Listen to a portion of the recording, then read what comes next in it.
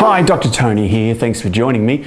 A lot of patients often come and see me and they're having trouble when they're at the desk at work. You know, a lot of us nowadays are very sedentary, so sitting at computers, spending a lot of time in the seated position. So I wanted to give you a big tip about having less discomfort, less pain, more energy and less fatigue through the day by just changing one thing about your chair. There's a lot of stuff going around, a lot of new ideas on the best chairs and this and that, and a lot of people getting new chairs brought in, spending hundreds and hundreds and sometimes even thousands of dollars on their chair. But really, it comes down to the person sitting in the chair, not the chair itself. Let me show you one thing.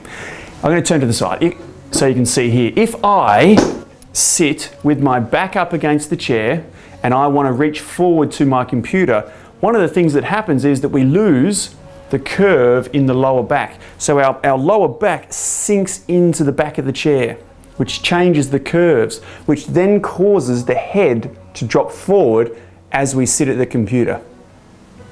And then as we get more tired and more tired, we sink down further and further, and then we get really sore through the lower back, we get tight through the legs, we get sore across the shoulders here because the head has dropped forward. So what we want to do is try and prevent that. So my number one tip is don't use the back of the chair. Okay? Do not rely on the back of the chair to hold you up. What you need to rely on are your own muscles to hold you in a seated position. That way your muscles will get stronger and support the curves and the proper curves in your spine much, much better. So whenever I'm sitting on the chair at the computer, I sit on the edge of the chair, legs at right angles so that I'm sitting up nice and tall and my head is over my shoulders and my lower back is sitting up nice and tall with that nice curve in there. Don't get as fatigued, don't get as sore, and get through the day a whole lot better if you're at the computer. So number one tip, don't use the back of the chair. Sit up nice and tall on the front of the chair.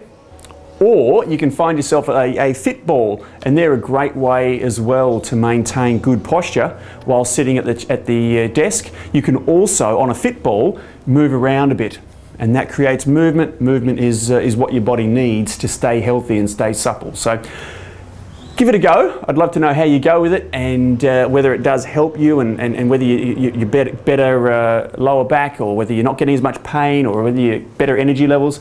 Give it a go for a couple of weeks and see what you reckon. Tony Rose, I'll see you next time.